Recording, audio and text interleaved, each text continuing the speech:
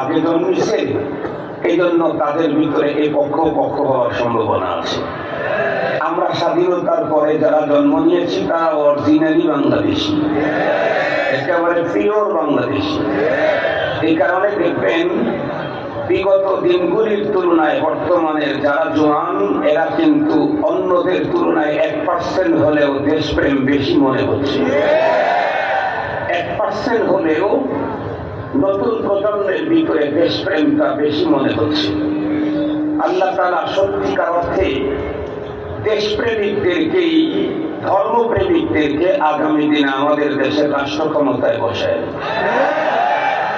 আমরা তো কারো পক্ষে দালালি করলাম না, আমরা আমাদের এবং আমাদের রাষ্ট্রের সুবিধা চাইলাম আল্লাহর কাছে, যে আল্লাহ ধর্মপ্রেমী, দেশপ্রেমী, যাদের কাছে ধর্ম নিরাপদ, দেশ নিরাপদ, যাদের কাছে এই দেশের জনগণের জান মাল অর্থ সম্পদ ইজ্জত আবরু নিরাপদ, আগামী দিনে আল্লাহ তাদেরকে আমাদের নেতা বানায় দাও।